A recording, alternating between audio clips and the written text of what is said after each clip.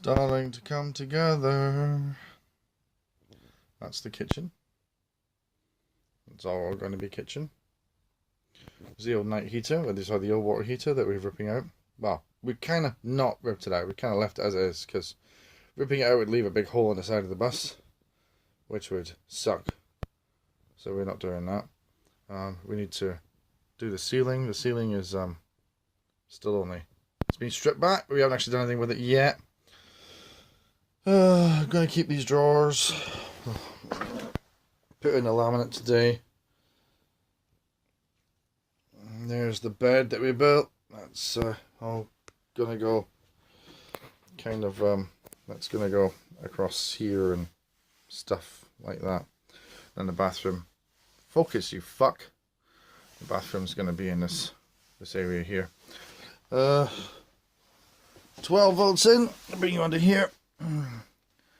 There's the 12 volt. That is an eco-worthy 20 amp MPPT charge controller. Those are two Halford's own.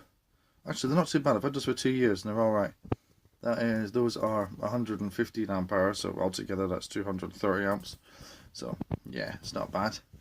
We got the power in. This used to be the toilet, but we took the toilet out, so it was a Thetford cassette with a fill point. So we used the fill point to bring in the power.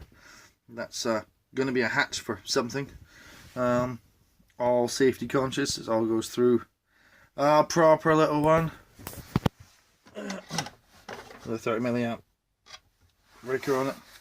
It doesn't like my circular saw, which is a pain in the ass, but meh, there we go.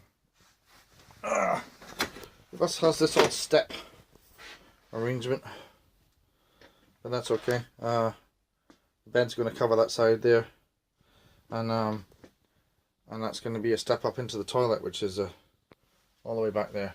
If I kind of climb over everything, you can. That's actually in the place it's going to be. There's another hole down there. There's another hatch down there for that. This is going. I don't need a fridge. Well, not a gas fridge anyway.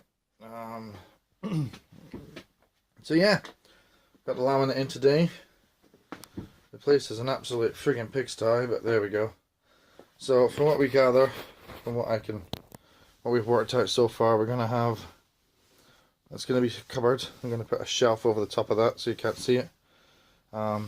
The sink is going to go. The sink is going to go here, where this window is, with a drainer on that side because it's a small one, and then we're going to have the cooker here, and then the oven underneath. I'll just show you where that is. So, yeah, so the cooker there. So we've got a 4-burner hob, oven underneath. That's going to be spare. This is going to be for the fridge. We're just using a house fridge with an inverter, and that's going to have a shelf over it and also be a spare. So yeah, so it's basically going to be. Oh no, that's not. Yeah, that's right. Yeah. So cupboard, fridge with a sink on top. Over there is going to be the cooker with the oven, and then over there is going to be a cupboard, and there'll obviously be, and there'll be a shelf on top of where the batteries are there, and that'll also be the electrics cupboard. So that'll keep that all nice and safe. Over here in this gap, we're keeping those drawers, they're staying, and then in this gap here, right the way up to this step here, we're going to put a giant sofa in, huge big sofa, so we can sit and chill. That window, I don't know if you can see it, it's a huge window. That's the van outside, you can see. There's a huge window, but it did actually only come to that point there. So where that white thing is, so it was very small, but we managed to make it bigger. So that's good. But we kind of had to do this because down there and all the way across, that's actually most of it's behind all this green stuff here, but all of this, we follow that beam all the way down, all the way through down to the bottom there.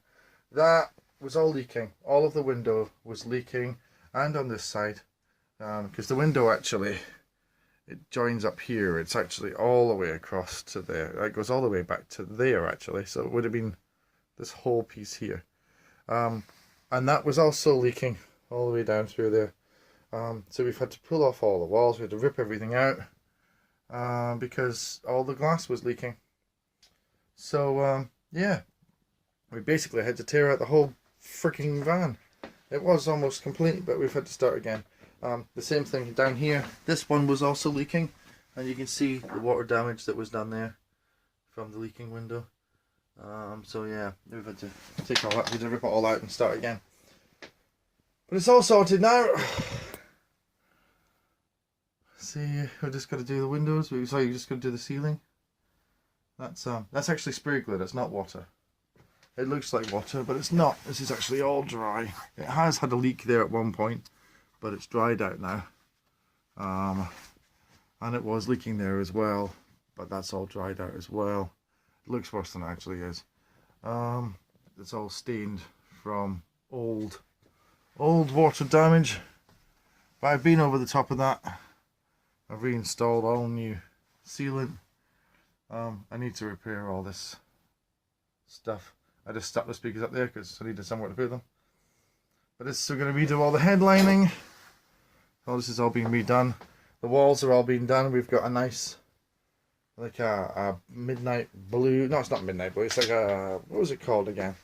It's literally a grey colour, but it came out as, it was advertised as silver, but it wasn't. It was actually grey. There were luggage racks all the way across here. We've pulled all them down. That's just there, so I know what size of wood I need to replace that there. So we pulled out all the luggage racks. There was air conditioning.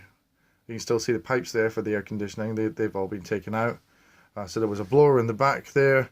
There was another blower up here. You can see where they were mounted on the wall. So we took that out. Again, that was a luggage rack all the way across there, where I need to put the original owner. I put the bathroom here, but we couldn't leave it there. So we took it all out, and it gave us so much more space. It just means I've had to literally start the build again, but nah, there we go. The leaking windows forced us to do that. We had to pull everything out anyway. We've had the engine. It's an Iveco engine. I think it's a 2.5 turbo. The engine had to be rebuilt. So that spent 2 months being rebuilt. Needed a new oil seal, a crank seal even. Needed a rear crank seal. Needed a water pump. We changed the cam belts, auxiliary belts. We changed the alternator. Everything. Now it needs a new battery, but it's running now. I'll just get it for the MOT. The door didn't work. This was broken inside here. This is a Dean's door, but I've repaired that, so that now works. I need to link that up to the auxiliaries. And I saw a YouTube video the other day, which was a guy who had connected it to a key fob, because you can open this from the inside. There's a button down there to open it. Right there. You can open it from the inside, but you can't open it from the outside, which is a problem if you're trying to get in and out of the vehicle. And I don't want to put a lock on it. There's a slide along safe lock, but if I can put it on a key fob that's secure, I can just walk up to the bus, press a button, and the door opens by itself. That would be very, very cool. So that's a plan for the future. Once I get it all connected up to the auxiliaries, I'm going to sort all this wiring as well. This wiring is just a nightmare. All these things here, these were for the original speaker grills, and they had each set of seats. There were 28 seats in this, and each seat had an overhead light with an air conditioning blower and stuff. So that's all been taken out. Come on, you fucking thing. There we go. So that's all been ripped out. Sorry about the shaky handwork. This is a crap mobile phone. I'm a photographer. I've got thousands of pounds worth of cameras, and I still insist on filming everything on a crap mobile phone. It's not even a new one. It's an old Note 3. Wiring everywhere. We're going to keep these. These are cool. They're going to be put back up again. It's only a chip in. It's only a 2-socket wire, so I'm going to put an interesting. I'm thinking about using them for lights, so you can turn on a bank of lights just by pressing the button, and it'll turn the lights on. That'll be very funny for short people. So yeah. Ooh. I thought it was a spider, but it's not. It's just a bit of fluff. But meh. Yeah, I thought that was a spider, but it isn't. It's sealant. Sorry, it's this friggin' spray foam stuff, which is ghastly. Hate it, hate it, hate it, hate it, hate it, hate it, hate it. So yeah, that's the bus. We decided to call it Bertha. There's a 100-watt solar panel on this side of that light, and there's another 100-watt solar panel on that side of that light. They come in from there, they route across into some conduit to stop it from rubbing, and then down there and into the charge controller, which is down there. So yeah, hopefully that'll keep us going. Good to see my ugly mug. So that's it.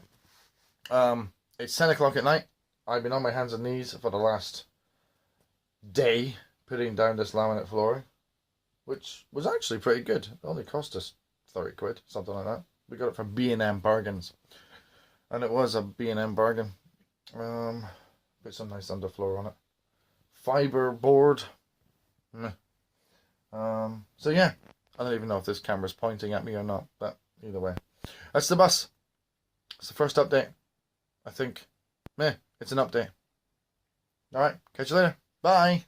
In YouTube tradition, I'm going to do this.